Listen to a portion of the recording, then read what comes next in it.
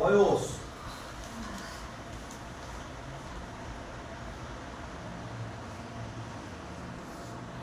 পাতা উচ্চতা। মন্ত্রটা হচ্ছে বয়স কত হবে একটা আদর্শ চারার, সে সবজি বলুন, বিরি বলুন,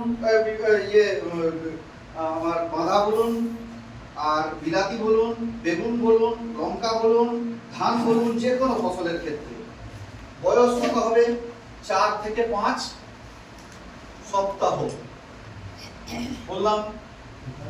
পাতা কটা হবে 4 থেকে 5 টি। উচ্চতা কতটা হবে 4 থেকে 5 ইঞ্চি। খুব কঠিন মন্ত্র।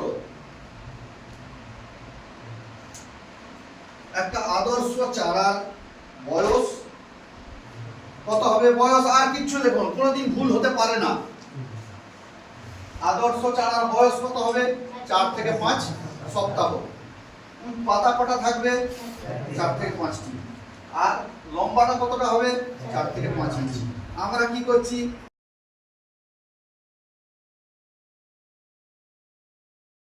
অনুসারে আচ্ছা এইটা ধরুন আপনি ললাট ধানটা করছেন। ললাট ধানটা কত দিনের ধান 120 দিন, তাই তো 120 দিন। আচ্ছা এবার 120 দিন দেখুন এইটুকু অংশ হচ্ছে আপনার বীজতলা। এই যে এখানে বীজটা ফেলা হলো, এইটা হচ্ছে আপনার বীজতলা, কি তাই তো?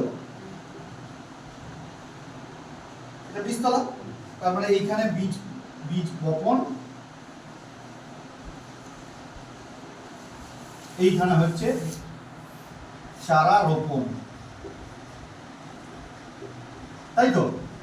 রোয়া করা হচ্ছে, এইখান থেকে শুরু হচ্ছে, এখানে বীজ ফেলা হলো, এখানে চারা রোয়া করা হচ্ছে। এই গোটা দিনটা কত বললাম, এটা 120 দিন। 120 দিন, তাই তো? 120 দিন।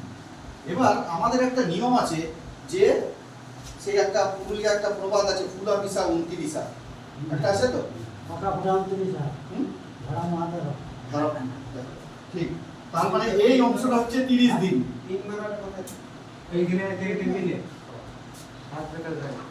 ঠিক, এটা 30 দিন হয়ে গেল। তার মানে ফুল আসার পর আরো 30 দিন লাগে। ওই সময়টা কোনো কাজ করা যাচ্ছে না। তাহলে আমার কতদিন করে থাকলো এইটা, এই অংশটা কত, এটা 30 দিন চলে গেল।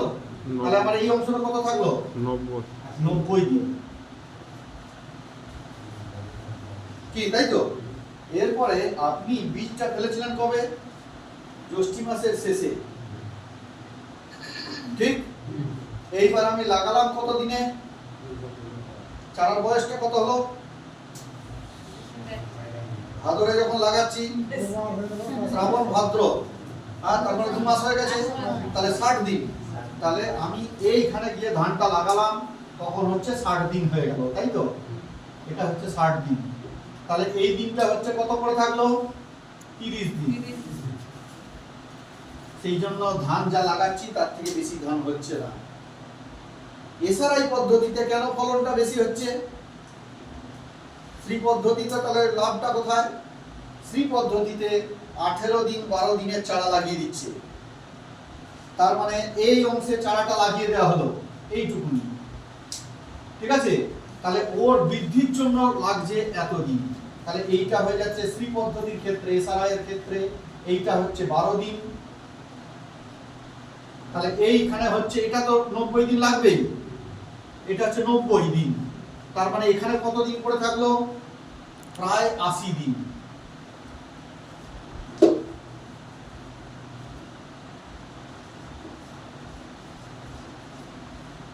কোনটার ফলন বেশি হবে, বোঝা গেল জিনিসটা, যে কেন এই শ্রী পদ্ধতির ফলন বেশি, কেন নরমালের ফলন কম। তাহলে আসল ধানের ফলনটা কিসের উপর নির্ভর করে রয়েছে, যত কম বয়সে চারা লাগাতে পারবো ফলন তত বাড়বে।